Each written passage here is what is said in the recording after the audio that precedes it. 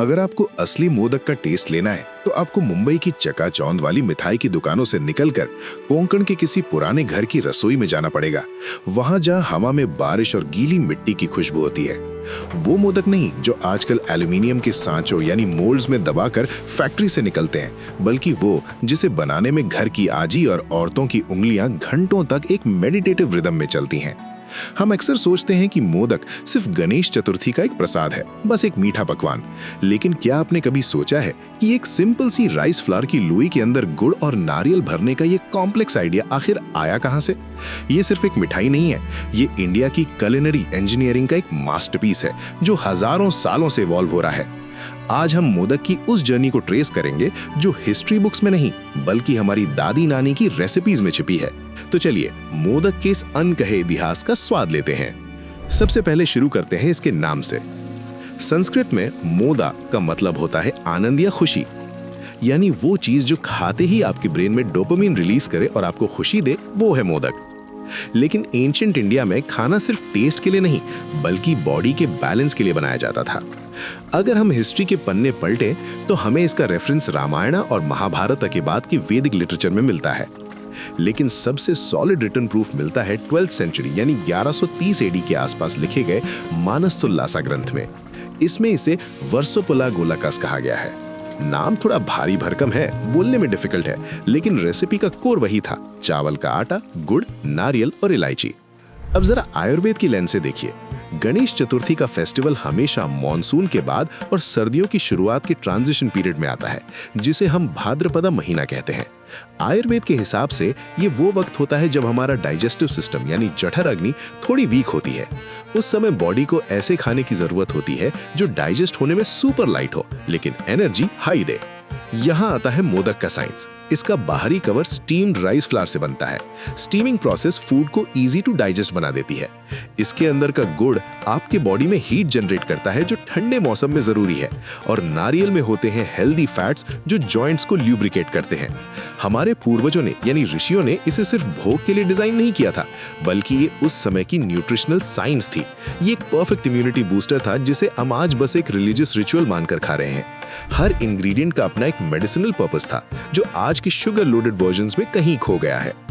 जैसे जैसे वक्त आगे बढ़ा, मोदक सिर्फ मंदिरों और वैदिक रिचुअल्स तक सीमित नहीं रहा। ये पहुंचा इंडिया के शाही रसोइयों में यानी रॉयल किचन्स में। खास तौर पर तंजावुर के मराठा रूलर्स के टाइम पर मोदक ने अपना रॉयल अवतार लिया। यहाँ के राजाज और नवाब्स खाने को लेकर बहुत पैशनेट थे, बिल्कुल वैसे ही जैसे लखनऊ के नवाब थे। मिडिल एजेस में रॉयल शेफ्स ने इसमें अपनी क्रिएटिविटी ऐड की। जहाँ आम गांव का आदमी सिर्फ गुड़ और नारियल अफोर्ड कर सकता था, वहीं राज दरबार की रेसिपीज में केसर यानी सैफरन, जयफल यानी नटमेग और कभी कभी एडिबल कैम्फर यानी कपूर का इस्तेमाल होने लगा। इसे शाही बनाने के लिए इसमें ड्राई फ्रूट्स, चारोली और देसी घी की मात्रा बढ़ा दी गई।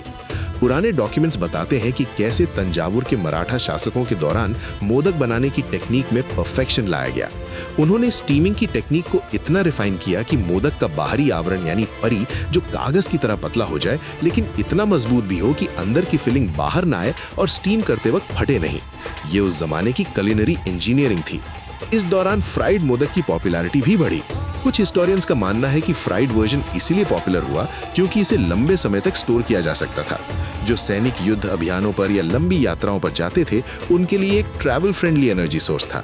राज दरबारों ने मोदक को सिर्फ एक मिठाई से एक आर्ट फॉर्म में बदल दिया, जहां टेस्ट के साथ साथ प्रेजेंटेशन और रिफाइनमेंट पर भी उतना ही ध्यान दिया जाने लगा। लेकिन दोस्तों, अगर आपको मोदक की असली रूह, उसकी सोल को फील करना है तो आपको महलों से निकलकर महाराष्ट्र के कोंकण रीजन के गांव में जाना पड़ेगा। गांव की महिलाएं आज भी लोकल अम्बे मोहर चावल का इस्तेमाल करती हैं। ये चावल अपनी भीनी भीनी खुशबू के लिए जाना जाता है। अम्बे मोहर की खुशबू ही आधी भूख बढ़ा देती है। सबसे मैजिकल पार्ट है इसकी प्लीटिंग यानी मोदक की कलियां बनाना। कहा जाता है कि एक परफेक्ट मोदक में 21 कलियां होनी चाहिए। बिना किसी सांचे या मोल्ड के सिर्फ उंगलियों के पोरों का इस्तेमाल करके गर्म आटे को ये शेप देना, ये एक ऐसा हुनर है जो पीढ़ी दर पीढ़ी माएं अपनी बेटियों को सिखाती आ रही हैं। ये मसल मेमोरी है जो प्रैक्टिस से आती है। गांव के आर्टिसंस बताते हैं कि अंदर की फिलिंग, जिसे सारन कहते हैं, उसमें पड़ने वाला नारियल ताजा तोड़ा हुआ होना चाहिए और गुड़ एकदम डार्क बिना केमिकल वाला। वाला। जब इस मोदक को स्टीम किया जाता है तो इसे हल्दी के पत्ते पर रखकर पकाया जाता है। जब गर्म भाप उस हल्दी के पत्ते से टकराकर मोदक के अंदर समाती है तो उसका टेस्ट इतना इंटेंस, अर्दी और एरोमेटिक हो जाता है कि आप एक बार खाएंगे तो उसका स्वाद जुबान से नहीं जाएगा। हम अक्सर सोचते हैं कि मोदक सिर्फ महाराष्ट्र की मोनोपोली है, लेकिन ऐसा बिल्कुल नहीं है। मोदक एक ऐसा इमोशन है जो पूरे इंडिया को कुलिनरी थ्रेड से जोड़ता है। बस हर स्टेट में इसका नाम और कपड़े बदल जाते हैं। अगर आप साउथ इंडिया जैसे तमिलनाडु या केरला की तरफ जाएं तो वहां आपको मिलेगा कोजुकत्ताई। ये देखने में मोदक जैसा ही है, प्रोसेस भी स्टीमिंग का है, लेकिन इसका टेक्सचर थोड़ा अलग होता है। वहाँ इसे अक्सर सेवरी यानी नमकीन फिलिंग के साथ भी बनाया जाता है, जो ब्रेकफास्ट में खाया जाता है। थोड़ा ऊपर कर्नाटक में आ जाइए, वहाँ इसे कद्दू कहते हैं। कई बार इसे डीप फ्राई भी किया जाता है और शेप थोड़ा एलोंगेटेड होता है। गोवा और कोंकण बेल्ट में एक और वैरायटी है जिसे पतौली कहते हैं। इसे मोदक का शेप नहीं दिया जाता, बल्कि हल्दी के पत्तों में लपेटकर फ्लैट स्टीम किया जाता है, लेकिन टेस्ट प्रोफाइल मोदक के बहुत करीब है। और अगर आप ईस्ट इंडिया की तरफ ओडिशा या बंगाल जाएं तो वहां बनता है मंडा पीठा। ओडिशा में फेस्टिवल्स के टाइम पर यह मंडा पीठा हर घर में बनता है। बंगाल का पीठे या पटीसापटा भी इसी फैमिली का दूर का रिश्तेदार लगता है। यहाँ तक कि नॉर्थ ईस्ट और नेपाल के मोमोज भी इसी टेक्निक का एवोल्यूशन है, स्टीम्ड डो विथ फिलिंग। यानी कश्मीर से कन्याकुमारी तक चावल के आटे में कुछ भरकर स्टीम करने का ये तरीका हमारी शेयर्ड कल्चर का हिस्सा है। शहरों में तो अब चॉकलेट मोदक, मावा मोदक, वेलवेट मोदक और ना जाने क्या क्या फ्यूजन आ गए हैं। ये इनोवेशन है, अच्छी बात है, लेकिन कहीं ना कहीं हम उस ओरिजिनल टेस्ट को भूलते जा रहे हैं। ये एक तरह का कल्चरल रेजिस्टेंस है जो गांव की रसोई आज भी कमर्शलाइजेशन के खिलाफ लड़ रही है। मोदक सिर्फ एक मिठाई नहीं, ये गवाह है हमारे इतिहास का।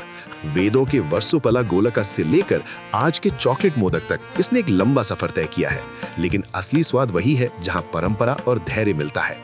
अगली बार जब आप मोदक खाएं तो ये जरूर सोचिए कि आप क्या खा रहे हैं, एक फैक्ट्री का प्रोडक्ट या सदियों पुरानी विरासत। इस टेस्ट को जिंदा रखने के लिए और ऐसे ही अनकही कुलिनरी कहानियों के लिए हिस्ट्री विदाउट बुक्स को सब्सक्राइब करें। हिस्ट्री पढ़िए मत, उसे टेस्ट कीजिए।